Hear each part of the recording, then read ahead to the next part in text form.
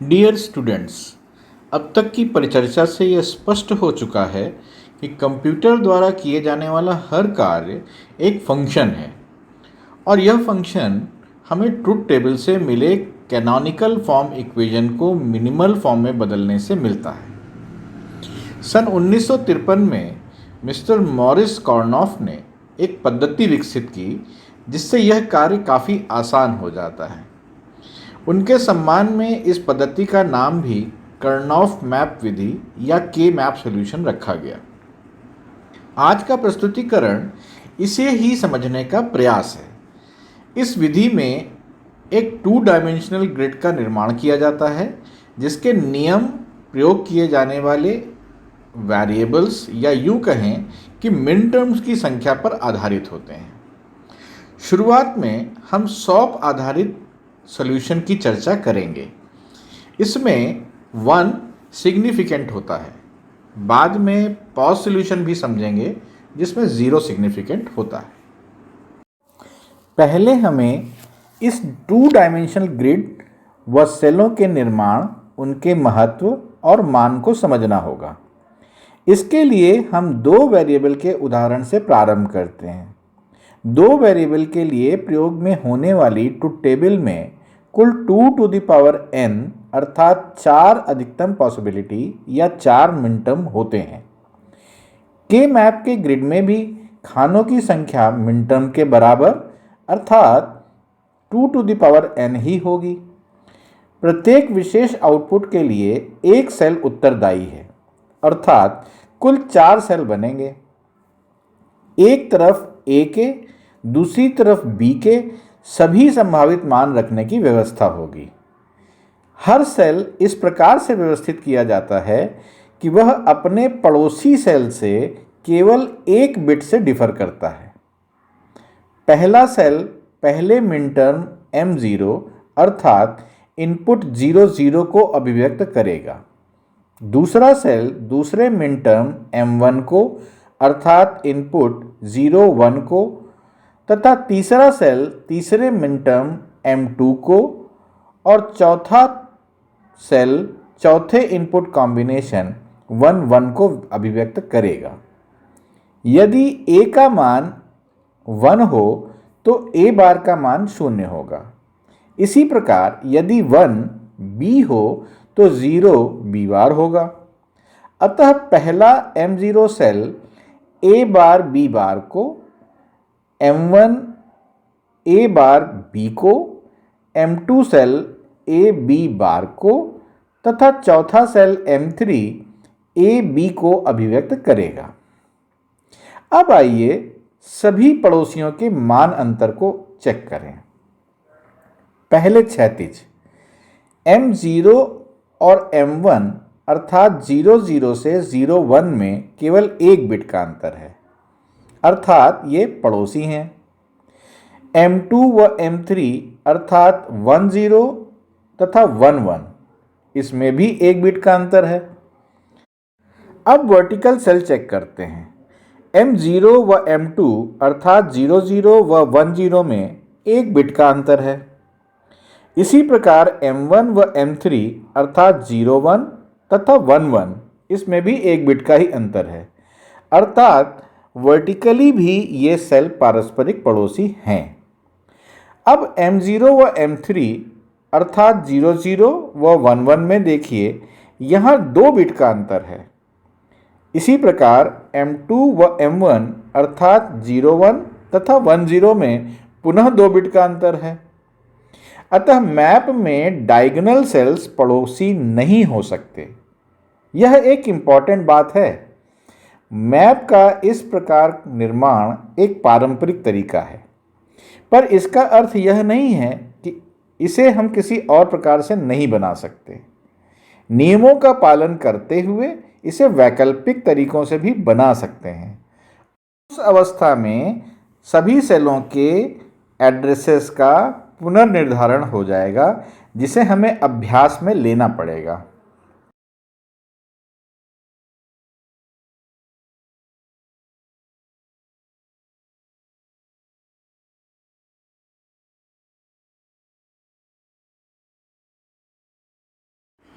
तीन वेरिएबल वाली टेबल का उदाहरण लेकर आइए अब और व्यापक तरीके से इस बात को समझते हैं। एक बार तीन वेरिएबल के टेबल को ध्यान से देखिए। यहाँ कुल 8 प्रकार के इनपुट की संभावनाएं हैं, अतः हमें 8 खाने वाले के मैप की ज़रूरत भी पड़ेगी। अब 8 खाने बनाने के लिए आपके पास दो ऑप्शन हैं, 2 गुणे 4 बनाइए अथवा 4 गुणे 2 बनाइए। चुनाव करना आपकी स्वेच्छा पर निर्भर है। हम बारी बारी से दोनों प्रकार की टेबल समझेंगे। पहले 2 गुणा 4 अर्थात 2 पंक्ति और 4 कॉलम वाली टेबल। चूंकि 3 वेरिएबल हैं, अतः इनके सभी मानों को रखे जाने की व्यवस्था करनी है। आप यह भी जानते हैं कि a का मान MSB है, b का सिग्निफिकेंस उससे कम है, जबकि c LSB है। मान लिखते समय तरीके का चुनाव भी आपका ही होगा। यहाँ नियम केवल एक है कि आप क्रम नहीं बदल सकते, अर्थात या तो आप C B A का क्रम चुनें अथवा A B C का क्रम चुनें।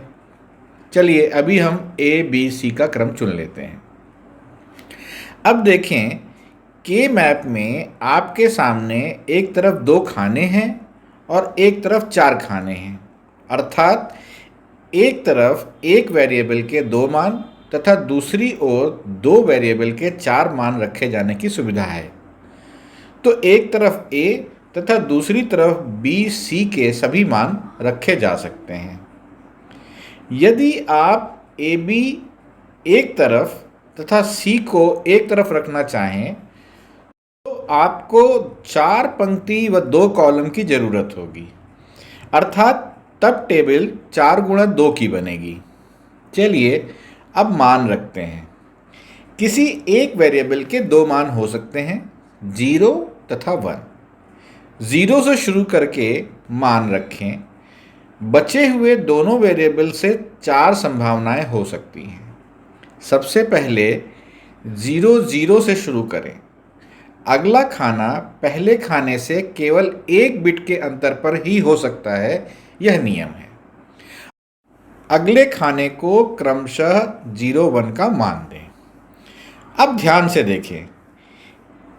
यदि क्रम से देखें तो अगले खाने का मान 1 0 होना चाहिए, किंतु यह मान 0 1 की तुलना में 2 बिट्स के परिवर्तन से मिलता है, अतः यह नियम का उल्लंघन होगा।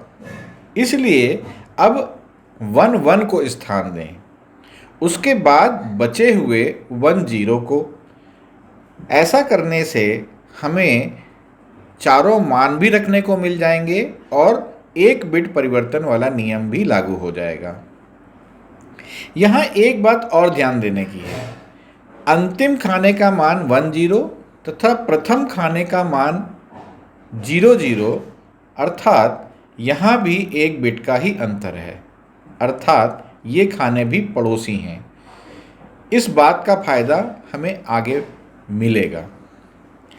अभी तक किए गए कार्य के अनुसार अब के मैप के प्रत्येक खाने का इनपुट एड्रेस समझें।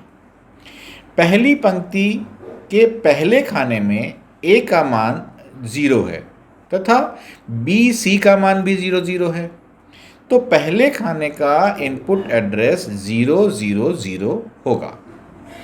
इसी प्रकार दूसरे खाने का मान 0 0 1, तीसरे खाने का मान 0 1 1, चौथे खाने का मान 0 1 0 होगा। अब दूसरी पंक्ति में A का मान 1 है। इसे आगे BC का मान रखते हुए पहले खाने का इनपुट एड्रेस 1 0 0, दूसरे खाने का मान 1 0 1, तीसरे खाने का मान 1 1 1 तथा चौथे खाने का मान 110 हो जाएगा। इसी प्रक्रिया से 2 गुणे 4 वाले टेबल के भी सभी खानों का मान आप बारी बारी से चेक कर लें। यहाँ ए बी के मान को पहले रखते हुए सी का मान बाद में जोड़ा जाएगा। इन इनपुट एड्रेसेस का सीधा संबंध ट्रुथ टेबल से है। वास्तव में के मैप उतनी ही इंफॉर्मेशन रखता है जितनी कि ट्रुथ टेबल। आइए देखते हैं। इनपुट 000 अर्थात मिन टर्म M0 का एक खाना ट्रुथ टेबल में है, उसी प्रकार का एक खाना के मैप में भी है। इनपुट 001 अर्थात मिन टर्म M1 का एक स्थान ट्रुथ टेबल में भी है, ठीक वैसा ही के मैप में भी है। इसी प्रकार M2 व M3 के खाने भी के मैप में हैं, किंतु एक बिट अंतर वाली शर्त के कारण क्रम बदल जाते हैं। इसी प्रकार M6 व M7 का भी क्रम बदल जाता है। अब आइए M2 व M0 की तुलना करें। देखिए 010 तथा 000 में भी एक बिट का अंतर है, अर्थात ये दोनों खाने भी आपसी पड़ोसी हैं। इसे मैप का रोलिंग गुण कहते हैं। इसी प्रकार M6 व M4 भी रोलिंग गुण का पालन करते हुए पड़ोसी खाने या नेबरिंग ब्लॉक्स हैं। ऊपर नीचे के खाने भी पड़ोसी हैं, किंतु डायगोनल खाने एक बिट अंतर वाले नियम का पालन नहीं करते, इसलिए वे पड़ोसी भी नहीं होते। अब ये आप स्वयं भी चेक करें। अब प्रत्येक खाने के लिटरल मानों को भी दोहरा लें। यदि a का मान 1 हो तो a बार का मान 0 होगा, b का मान 1 हो तो b बार का मान 0 होगा और c का मान 1 हो तो c बार का मान 0 होगा। के मैप में यदि इन मानों को रख दिया जाए तो प्रत्येक खाने के एड्रेसेस को a b c के टर्म में भी पढ़ा जा सकेगा।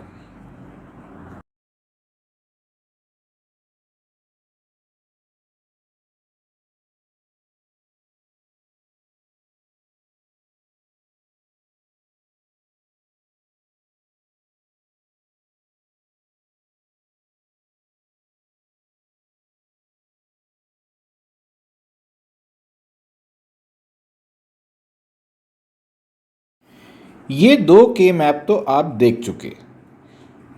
अब आपको दो और के मैप के बारे में बताते हैं। आप चाहें तो सी एक तरफ ए बी एक तरफ रख सकते हैं। जैसा कि आपको पता है ए बी का क्रम बदला नहीं जा सकता। इसी प्रकार बी सी एक तरफ और ए एक तरफ रख सकते हैं। अब अगले कुछ मिनट तक आप इन आधारों पर के मैप के खानों का स्वरूप बदलते हुए देखिए और समझने का प्रयास कीजिए कि मानों के परिवर्तन से के मैप के स्वरूप पर क्या प्रभाव पड़ता है।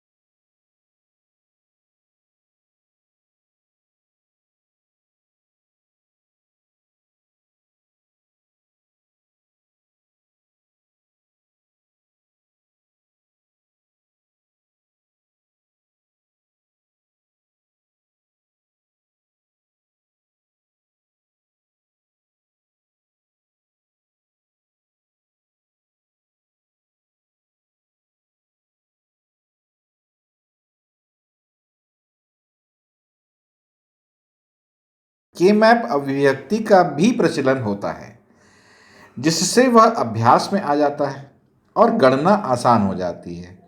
हमारे देश में सामान्यतः यह तरीका प्रचलित है, इसलिए आगे के प्रस्तुतिकरण में इसे ही वरीयता देंगे।